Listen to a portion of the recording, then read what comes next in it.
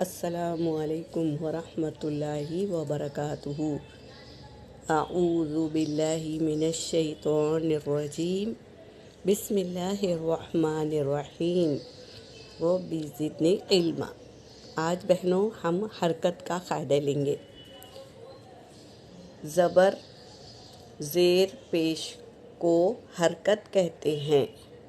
زبر زیر پیش کو جلدی پڑھیں گے، تھوڑا بھی نہ کھینچیں گے، ذرا بھی ہم کھینچیں گے نہیں۔ حرکتوں کس طرح پڑھیں گے اور قاعدہ لیں گے۔ الف کا قاعدہ، الف ہمیشہ خالی ہوتا ہے، خالی الف رہا تو اسے ہی الف کہیں گے۔ تو قاعدہ کیا ہے؟ الف ہمیشہ خالی ہوتا ہے، جو الف خالی نہ ہو وہ حمزہ کہلاتا ہے۔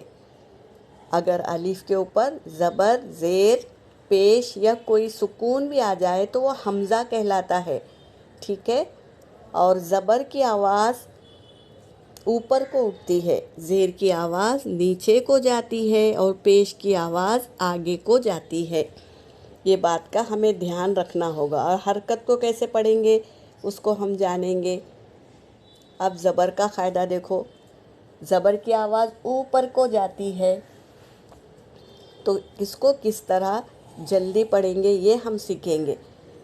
دو رو سا، رو پر ہے اس لیے دو رو سا، ودع، عین کی آواز حلق سے نکالیں گے، عبدا۔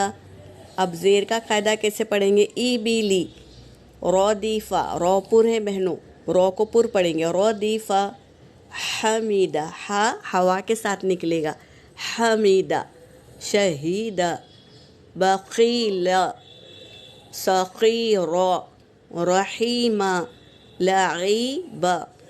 اب پیش کا قاعدہ کیسا؟ اوپر کو آواز جاتی، کیسے پڑھیں گے؟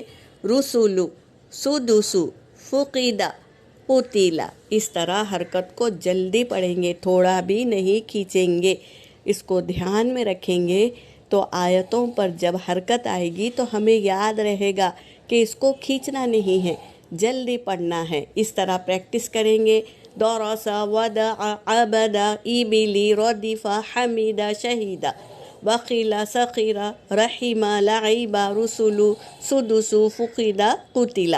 اس طرح بہنوں پریکٹس کر کے آپ اپنے آپ کو مضبوط بنا لیجئے تاکہ آیتوں میں حرکت کو ہم مضبوطی سے پڑھیں گے، ذرا بھی نہ کھینچیں گے۔ جزاک اللہ خیرہ۔